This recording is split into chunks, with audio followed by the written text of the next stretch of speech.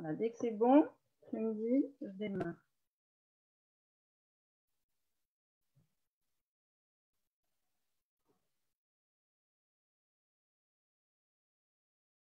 Déjà, il faut me dire si le son est bon.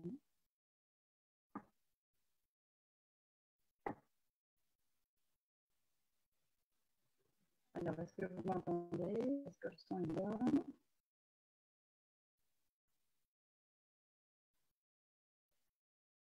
Est-ce que vous m'entendez déjà sur le live? Oui? Bonjour Christine, oui, moi je t'entends très bien. Ah, super. Bonjour Alice. Bonjour. Super. Ok, génial. Bon, alors c'est parfait.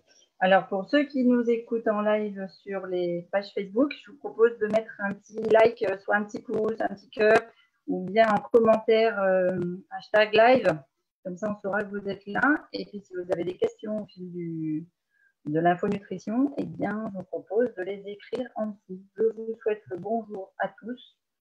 Donc, je vais tâcher d'être synthétique, d'aller droit au but, et puis ensuite de vous offrir un question-réponse.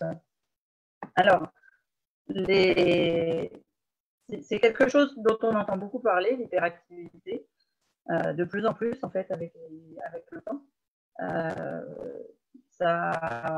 Médicalement, il y a 5% des enfants qui sont reconnus atteints de troubles de déficit de l'attention avec hyperactivité. Mais sincèrement, quand on écoute les enseignants et puis les médecins de l'école, beaucoup d'enfants sont concernés, plus que 5%. C'est quoi le TDAH? C'est un dysfonctionnement de la dopamine, c'est un neurotransmetteur. Alors, les questions qui se posent, en fait, et que souvent on pose, c'est est-ce qu'on peut aider un enfant souffrant de TDAH? Ou alors, j'ai déjà eu aussi comme question, est-ce qu'on peut reconnaître le TDAH? Et puis, est-ce qu'il y a d'autres noms, en fait, pour le TDAH? C'est à peu près les questions qui viennent.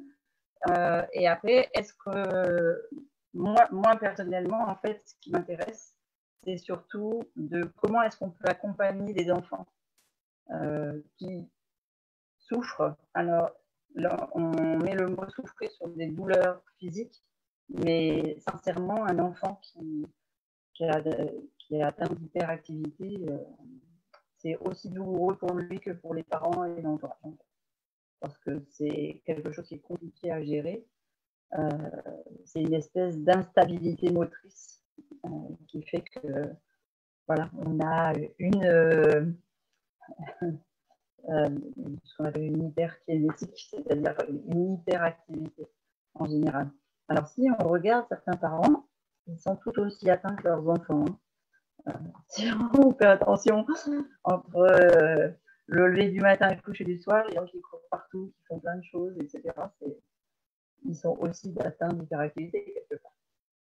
Alors, qu'est-ce qui est le plus gênant peut-être pour l'entourage? C'est le déficit de l'attention.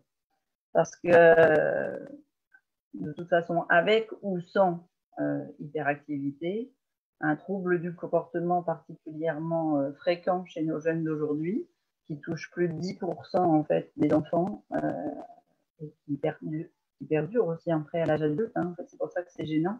Eh bien, c'est un trouble du comportement lié à l'inattention.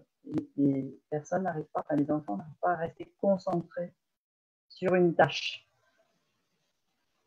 Certains disent que c'est une maladie neurologique qui se traduit par l'incapacité à retenir son attention suffisamment longtemps sur une tâche pour l'exécuter de A à Z. Je pense que c'est pas seulement ça le défaut d'attention, ça peut être aussi qu'on est sollicité de partout avec les téléphones portables, avec les ordinateurs, la télévision, le fait que l'on soit en communauté, qu'il y ait d'autres enfants qui interagissent. Tu vois, pendant le confinement, on a pu voir des familles entières qui doivent faire face à tout ce qui est scolaire plus les parents qui étaient en télétravail, c'était difficile pour les enfants d'avoir une concentration sur quelque chose pendant un certain nombre de minutes ou d'heures. Voilà. Donc ça fait partie des troubles neurologiques quand on a la difficulté à contrôler son comportement, sa concentration.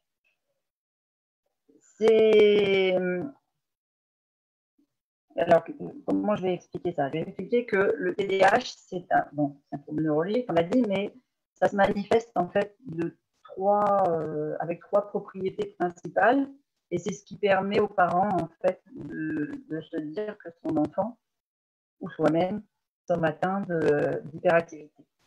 Donc il y a cette inattention dont on vient de parler, mais il y a aussi une hyperactivité. C'est des gens qui ne savent pas se poser et ne rien faire. Et dans notre monde d'aujourd'hui, en fait, on a poussé les enfants, on a stimulé les enfants à être suractifs, c'est-à-dire on les sollicite tout le temps. On ne sait pas les laisser s'ennuyer. Donc on a, dans le monde d'aujourd'hui, on a en fait stimulé cette hyperactivité.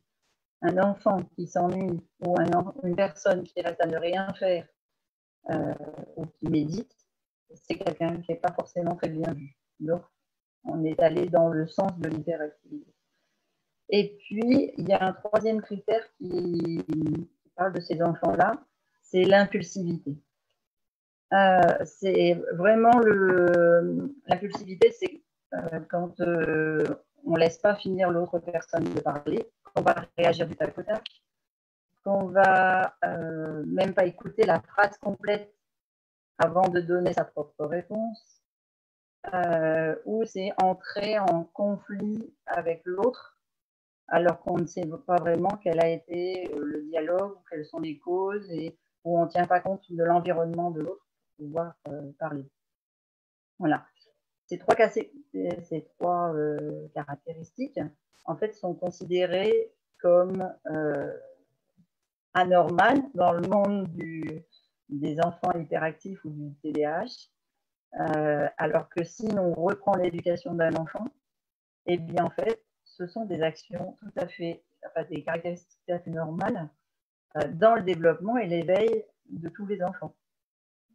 Bien sûr, à un certain degré et à un certain moment de leur vie, et avec certaines circonstances ou un certain environnement. Donc, on a essayé de séquencer en fait ces moments-là. Tantôt, on les analyse à l'école, tantôt, on les analyse à la maison, tantôt, on les analyse en supermarché, par exemple, ou bien dans un parc. Voilà. Et pour pouvoir mettre un nom sur cette maladie et puis en déterminer si oui ou non on traite l'enfant ou pas. Voilà. Parce que l'objectif, en fait, de la définition de ces enfants-là, c'est de leur donner un traitement et pas de les aider vraiment à gérer leurs émotions. C'est toute une sorte de gestion d'émotions. Donc, le TDAH, c'est une maladie neurocomportementale, donc neurologique, ce qui veut dire que ça touche tout le système nerveux, parce qu'en fait, elle serait causée par une anomalie, je ne vais pas dire une anomalie parce que je n'aime pas ce mot-là, une différence située dans certaines zones en fait, du cerveau. C'est vraiment la base du cerveau, mais au cœur, là, entre nos amygdales et notre étophile. Et cette différence-là, elle est responsable en fait de l'attention et du comportement. Parce que cette différence, elle a des répercussions en fait sur le sens de l'organisation, donc de l'enfant ou de l'adulte, mais également sur ses mouvements.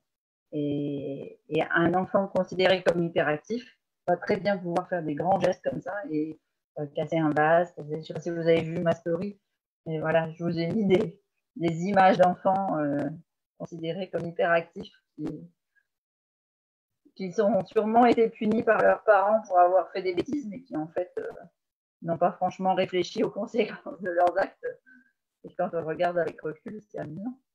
Mais si j'aurais pas aimé me retrouver avec ce genre de bêtises à gérer. Voilà.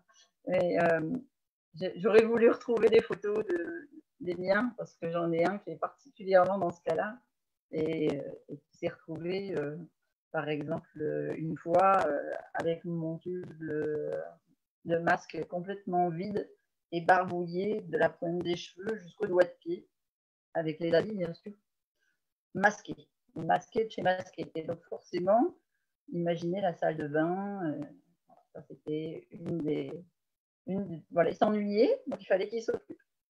J'ai eu aussi, par exemple, des beaux dessins découpés dans des beaux rideaux tout neufs qu'on avait achetés.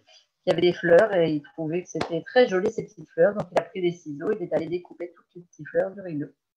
J'avais un beau rideau à trous après. Voilà, c'est toutes des petites choses comme ça. Je n'ai pas mémorisé un peu le genre d'activité qu'il a pu faire. Il y en a qui étaient un peu pires, comme l'inondation de la maison, parce que c'était drôle de boucher la baignoire, l'évier, etc. et d'ouvrir les robinets. Ça déborde, ça fait des belles cascades. Ou bien, enfin voilà, d'autres trucs comme ça, très amusants. Mais parce qu'ils sont vivants, voilà, tout simplement. Donc, si je reviens un petit peu à cette différence cérébrale, eh bien, on va chercher, quand on est scientifique, à séparer les deux zones cérébrales qui sont impliquées dans l'apparition du symptôme de la TDAH. Donc, d'abord, le lobe frontal, qui est normalement responsable de ce qu'on appelle l'inhibition d'organisation, la modulation de nos réponses, la réflexion par rapport à telle ou telle action, etc., qui sont complètement absents chez un enfant hyperactif. Et le striatum, en fait, qui fonctionne mal et qui rend, en fait, la commande des réactions et des mouvements un petit peu désorganisés. Voilà. Donc, en gros, c'est pas de leur faute. Il faut les déculpabiliser. Ils ne sont pas responsables, ils sont juste différents. Est-ce qu'il y a un facteur hormonal dans les enfants qui sont atteints de TDAH? Il y a certains chercheurs qui ont remarqué, oui, une déficience au niveau de certains neurotransmetteurs. Donc, celui dont on parle le plus, c'est la dopamine. Et la dopamine, en fait, elle joue un rôle très important dans le cadre de la motivation et de l'attention. Donc, ces enfants-là, si on ne stimule pas autrement leur dopamine, comme elle est affaiblie, eh bien, ils ne vont pas être motivés pour apprendre les cours, par exemple. Ils ne vont pas être motivés pour aller faire nettoyer leur chambre, ranger leur chambre, vous aider à la cuisine. La dopamine est presque absente, en fait. Et c'est cette dopamine qui nous motive à faire nos choses. Donc, si on ne stimule pas par l'alimentation la dopamine, eh bien, c'est des enfants, comme ils en sont déficients, n'auront pas cette motivation interne. Le petit truc délicat, c'est que quand on prend la personne, enfin l'enfant, par le côté ludique des choses, si c'est quelque chose auquel il accroche, donc qui est indépendant de cette production de dopamine, c'est pas la motivation qui va lui faire faire, c'est le jeu et l'amusement, et il va pouvoir se concentrer et voir passer 1 heure, 2 heures, 3 heures sur un jeu de téléphone ou un jeu de PS4 ou un jeu parce que c'est ludique et que il n'a pas besoin de motivation pour faire ce genre de choses. C'est ce qui fait la différence et ce que ne comprennent pas certains enseignants dans le fait que les enfants ne sont pas motivés à travailler. Et il y a une deuxième hormone, un deuxième facteur hormonal, c'est la noradrénaline. La noradrénaline, ça joue un rôle important en fait dans le processus d'apprentissage, mais également dans la mémorisation, la notion d'impulsivité ou d'enfant hyperactif. C'est ce qui fait qu'un enfant ne va pas faire la différence. Vous savez, des fois, on dit une petite phrase la vérité sort de la bouche des enfants, ou les enfants ils sont toujours nature, des choses comme ça. Mais le caractère, la noradrénaline va faire en sorte que vous savez gérer quand même à qui vous allez dire certaines choses, même quand on est enfant. Même si on dit que l'âge de raison, c'est 7 ans, un enfant comprend tout à fait, quand il a 3 ou 4 ans, que s'il dit certaines choses, certaines grossièretés à d'autres adultes, ce ne sera pas bien perçu. Eh bien, le fait que cette noradrénaline soit en trop grosse quantité en fait, chez les enfants hyperactifs, va faire qu'ils vont être agressifs envers les animaux, ils vont être agressifs envers les adultes, à chaque fois qu'il y a dualité, mais aussi envers leurs camarades de jeu, etc. Ils vont être grossiers, violents, parce que c'est en surproduction. Et là aussi, l'alimentation peut jouer un rôle dans le déclenchement de ces. Donc, la dopamine, on va pouvoir la booster par l'alimentation, et la noradrénaline, on va pouvoir la réguler. Ou éviter certains produits qui font qu'elle est surstimulée. Voilà un petit peu ce que je voulais vous dire sur la TDAH. Est-ce que déjà il y a des questions? Est-ce que vous voulez me poser des questions par rapport à ça? Pas spécialement. Est-ce qu'il y a des questions? Alors, Véronique, bonjour. Je découvre par hasard ta formation. Eh bien, écoute, sois la bienvenue. Ludo, sois le bienvenu aussi. Soyez tous les bienvenus. N'hésitez pas à poser vos questions. Je vais vous expliquer maintenant, en fait, je voudrais vous parler de comment on peut jouer sur cette hyperactivité. Est-ce qu'il y a des facteurs à risque déjà? Est-ce qu'il y a des personnes qui sont prédisposées au TDAH? Alors, il y a des études en fait qui ont été faites sur un tout petit nombre de personnes. Donc, est-ce qu'elles peuvent être généralisées? Je ne sais pas. Maintenant, ça sert aux pédiatres et ça sert aux médecins pour déclarer ou non que l'enfant est hyperactif. Mais encore une fois, pour calmer l'enfant, entre guillemets, avec des médicaments. Donc, forcément, vous savez que je ne suis pas très allopathique comme dans mes traitements. Donc, je vais vous parler des facteurs à risque parce qu'ils ont été nommés. Maintenant, est-ce que les études sont suffisantes? Je ne pense pas. Donc, vous avez tous les enfants qui sont nés prématurément. Donc, les enfants qui ne sont pas nés à 9 mois, mais 3 semaines, 1 mois, 2 mois avant le terme. Tout simplement parce que la formation du cerveau n'a pas été totale. Les enfants qui ont manqué d'oxygène à la naissance, c'est-à-dire où l'accouchement s'est prolongé sur 18, 20, 25, 30 heures et qui ont eu du mal en fait à prendre la respiration. Les enfants qui sont victimes de traumatismes crâniens, donc on a par exemple des cas d'enfants qui ont été violentés quand ils étaient nourrissons, etc., ou qui ont eu des accidents de voiture. On a aussi les enfants qui ont souffert d'une méningite bactérienne.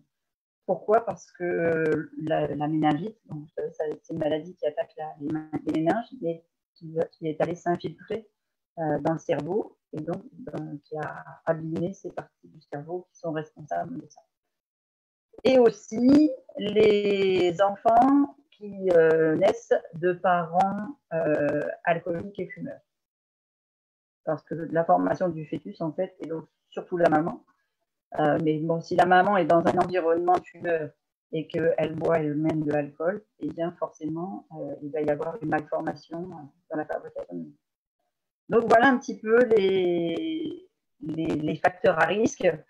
Et puis, dans ces facteurs à risque vient s'ajouter les enfants nés de mamans qui se nourrissent mal. Alors, pourquoi? Parce que dans l'alimentation, vous avez il y a une incidence de l'alimentation sur l'hyperactivité et le déficit de l'attention. Par exemple, les colorants alimentaires. Les mamans qui mangent beaucoup de bonbons, vous savez, de toutes plein de couleurs, ou bien qui ont une alimentation très riche en colorants alimentaires, ça va avoir une incidence sur la fabrication du bébé. Et donc, dites-vous bien que tous les enfants que l'on nourrit de bonbons colorés, ça va avoir une répercussion sur la fabrication cérébrale. Le corps humain se développe et se fabrique énormément, en fait, de la fabrication jusqu'à la naissance, c'est certain, jusqu'à 21 ans, mais encore au-delà, jusqu'à vos 35 ans. Donc, c'est toute une période où l'alimentation va avoir un rôle très important. Alors, je peux vous donner quelques chiffres de colorants alimentaires qui sont dangereux. Si vous voulez vous les mettre en rouge quand vous achetez des cochonneries pour faire plaisir aux enfants, vérifiez que dans les paquets, il n'y a pas ce genre de choses. Il faudrait que je reprenne le livre de Corinne. J'ai une copine qui a fait un bouquin sur tous les colorants alimentaires. Je pourrais vous redonner le titre, je le mettrai en Corinne Gouget. Je crois que c'est les colorants ou bien les additifs alimentaires et leurs dangers, quelque chose comme ça. Donc le E110, le E104, le E122, le E129, pardon, le 102 aussi, et le 124. Voilà, c'est vraiment les colorants alimentaires les pires et qui ont les effets les plus nuisibles sur l'activité et l'attention des enfants. Et hier, Véronique, elle me posait une question sur l'épilepsie. Ça joue aussi, bien sûr, c'est des colorants qui jouent énormément aussi sur les enfants qui ont des troubles épileptiques. Le sel, on parlait du sel hier avec l'iode. Eh bien, il est à nouveau mis en évidence. Un enfant qui est entre 7 et 10 ans ne devrait pas absorber plus de 5 grammes de sel par jour. Et encore 5 grammes, c'est beaucoup. Pourquoi? Parce qu'il va augmenter la pression artérielle. Or, le sel se trouve partout. Par exemple, on a eu toute une campagne sur les petits déjeuners à base de céréales, de cornflakes, etc. Eh bien, quand vous mettez 100 grammes de cornflakes au petit déjeuner de votre enfant, déjà, vous couvrez 30% de ses besoins en sel. Si vous donnez une tranche de jambon blanc, parce que c'est très souvent le repas du soir de certains enfants, pas de jambon, c'est rapide, c'est facile, eh bien, une tranche de jambon blanc contient 87% des apports journaliers en sel d'un enfant de 10 ans. Donc, j'ai déjà vu que des petits de 3 ans mangeaient une tranche entière de jambon blanc. Donc, imaginez les repas.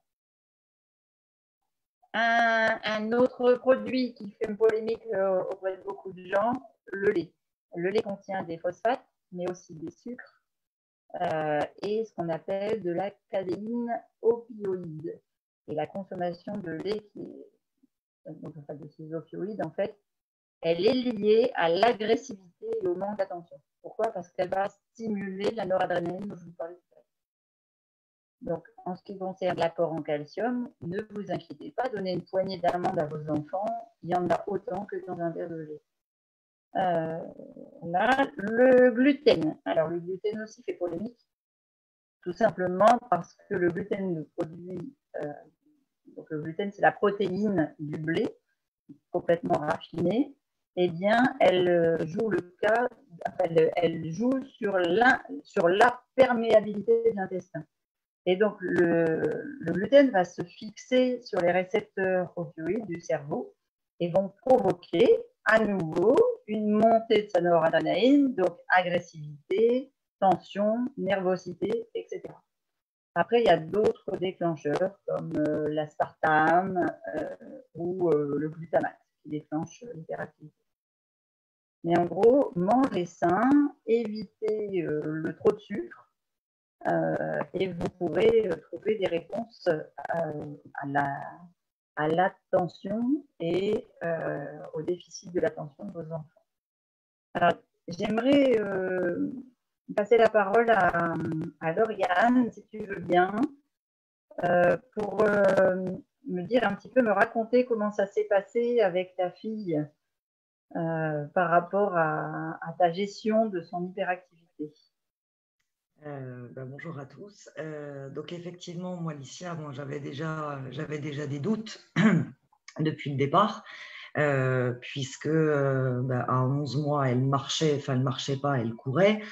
Je ne pouvais même pas l'asseoir dans un siège auto classique, puisqu'elle devenait violette. Elle ne respirait plus, puisqu'elle ne supportait pas être attachée par les épaules.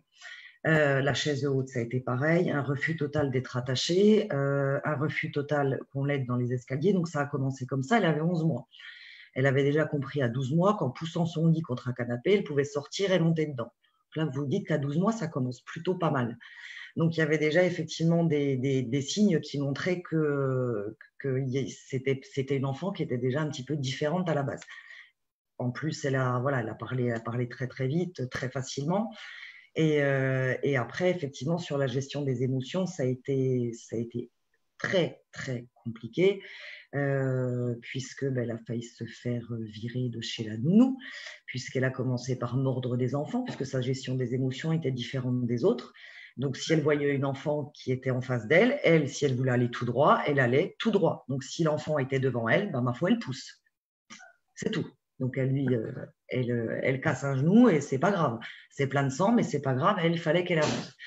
Donc, voilà, c'était pas évident. Et moi, je devais être certainement comme elle. Donc, en plus, nos rapports étaient encore moins évidents dans ce sens-là. Donc, on est allé voir un médecin, puisque la première année de maternelle, au bout de 3 semaines, j'ai été convoquée par la maîtresse. Donc, ça commençait plutôt pas mal. J'ai été convoquée par la maîtresse. Alors, je ne vais pas citer le mot, alors qu'on n'a pas du tout ce langage à la maison. L'ATSEM, elle avait décidé que c'était sa tête de turc. Donc, au bout de 3 semaines, elle lui a dit, moi, tu mens, je ne vous dirai pas la fin du mot. À 3 ans et demi, on partait plutôt bien. Donc, ça a été comme ça toute la première année de maternelle avec une institutrice qui pensait que c'était une enfant turbulente, une enfant difficile, donc forcément des parents qui ne savaient pas l'éduquer, puisque bien entendu, c'est souvent les parents et qui sont aussi en ligne de mire automatiquement. On ne se dit pas que ça peut être un enfant qui peut être juste différent, en fait. Voilà, ça, on ne se le dit pas. Deuxième année de maternelle, elle a fini à l'hôpital, hein, puisqu'elle courait tellement partout qu'elle a fini la tête dans le béton. 4 points de suture, merci. Donc là, on s'est dit, bon, donc on est allé voir un psychiatre. Donc avec moi, déjà, ça s'est mal passé parce qu'il m'a catalogué. Donc, comme ça, c'était bien. Et Elicia, de toute manière, refusait quelconque thérapie. Donc ça, c'était dans le cas, en fait. Voilà, de toute manière, ils refusent d'être différents. Ils ne comprennent pas qu'ils ne sont différents. Et puisque moi, j'ai vécu aussi ça, c'est qu'on a l'impression qu'on est des extraterrestres. Donc, ce qui fait que forcément, on a effectivement une différence et on ne comprend pas cette différence. Donc, on s'est dit, bon, il va falloir trouver d'autres solutions. Et c'est là que moi aussi, j'ai compris que nos rapports venaient aussi de moi, puisqu'à chaque fois, on était en conflit, puisque j'étais à peu près la même. Donc, en plus, ça ne favorisait pas les rapports. Donc, on a dit, bon, on va faire autrement. Donc, on a essayé, j'ai cherché, j'ai réfléchi. Je ne voulais pas qu'elle fasse une thérapie sans qu'elle soit d'accord. Ça allait surtout pas arranger les choses. Donc, déjà, on l'a changé d'école avec des instituteurs qui comprenaient déjà mieux comment elle était, parce qu'en plus, elle est hyperactive, trouble déficitaire de l'attention et elle est au potentiel. Donc, en plus, elle a les 3. Donc, en plus, l'école, ça collait pas du tout. Donc, quand on a changé d'école, déjà, ça allait beaucoup mieux de ce côté-là. Elle se sentait déjà mieux dans sa classe, mais toujours problème de gestion d'émotions, problème de gestion avec les autres. Moi, j'essayais de balancer, donc je me suis dit, bon, il faut aussi chercher du côté de l'alimentation, qu'est-ce qu'on peut faire, parce que moi, de toute manière, c'est un refus catégorique qu'on donne un médicament le matin pour la concentration et un autre le soir pour les terreurs nocturnes et pour qu'elle dorme. Là, j'ai dit, c'est pas possible, ça marchera pas, on va pas être d'accord. Je suis anti-médecine allopathique quasiment, donc ça pouvait pas fonctionner avec moi. Donc, on a commencé par prendre un chat. Elle a dormi avec un chat, donc tout le monde m'a dit oh, c'est la catastrophe, qu'est-ce que tu fais, un chat dans son lit, mais mon Dieu. Bah oui, mais n'empêche que grâce à ça, elle a commencé à se sentir mieux. Donc déjà, premier pas. Et ensuite, j'ai commencé à vraiment faire des recherches sur l'alimentation, puisqu'effectivement, on a une déficience de la dopamine et on a l'augmentation effectivement de la noradrénaline de l'autre côté. Donc, il fallait que je compense par rapport à ça. Donc, j'ai commencé à chercher d'autres aliments.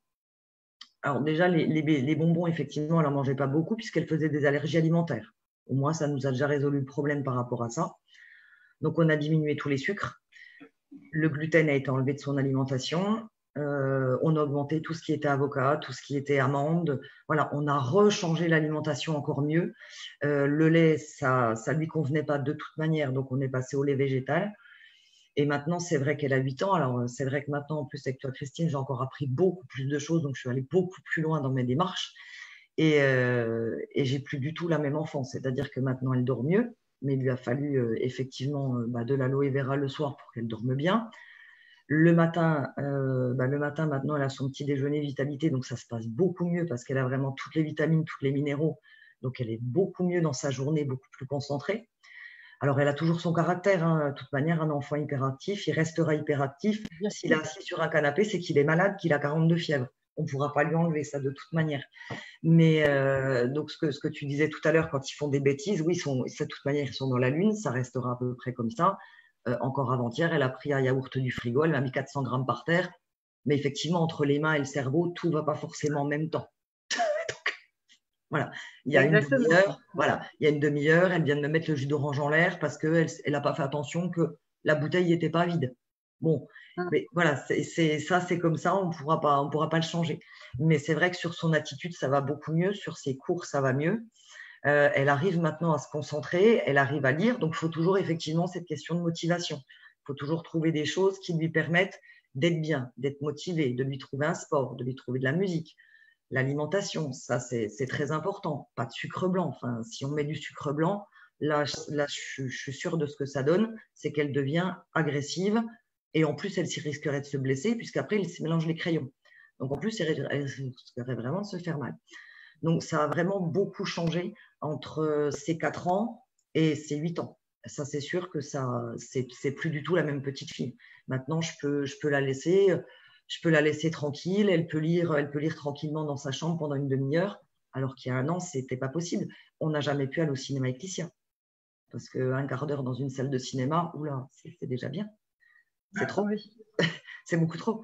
Mais oui, il y a un très grand changement, effectivement, et l'alimentation a une part très, très importante là-dedans. Elle n'a plus du tout de terreur nocturne, elle dort très bien la nuit. Mais c'est sûr que de toute manière, en plus, c'est des enfants qui n'ont pas les mêmes besoins en sommeil. C'est complètement tout à fait. différent. Alors, c'est pas qu'ils ont des... Je te remercie, c'est super ton témoignage. C'est pas qu'ils n'ont pas les mêmes besoins en sommeil, c'est que hormonalement, le repos ne peut pas se faire parce que la mélanine ne monte pas de la même façon en fait le soir. Le cerveau travaille tout le temps. Voilà, c'est ça. Alors, il y a des aliments qui sont assez sympas pour stimuler la dopamine.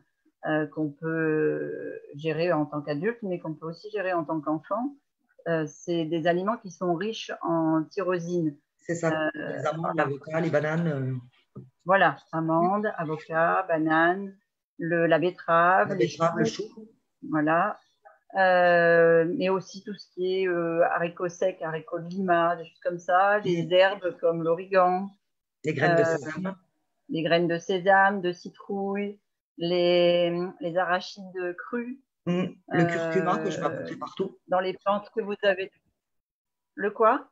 Le curcuma que je mets beaucoup. Le curcuma, tout à fait. Le romarin, les melons. Les melons jaunes ou bien les melons comme la citrouille. Et non, pas la citrouille, zut, comment ça s'appelle? La courge. Non, mais le melon rouge, là. Christine, on est encore mangé ce midi. Le melon cavaillon ou le melon galia? La pastèque. La pastèque. La pastèque, oui. Merci. C'était une telle évidence que c'était difficile. J'étais dans le melon, c'était la pastèque. Voilà. Ah oui, parce que c'est pas un melon rouge. D'accord. Enfin, voilà. Voilà. Bon, super. Alors, ce que je vous propose, c'est, si vous avez besoin de renseignements plus à même sur l'alimentation, bien contacter le coach qui vous a orienté sur cette conférence. Et puis, on est tout oui pour vos questions et puis pour répondre à vos demandes. Voilà, je vous remercie beaucoup d'avoir participé à la conférence en live ou sur la conférence même. N'hésitez pas à mettre un petit hashtag replay si vous regardez en replay. et à contacter votre coach. Une très, très belle journée à tous. Au revoir, merci. Plein de bisous, bisous. Merci. Ciao, ciao. Merci, à bientôt. De rien. Merci, bisous. À bientôt, bisous, bisous. Super, Merci Christiane. beaucoup.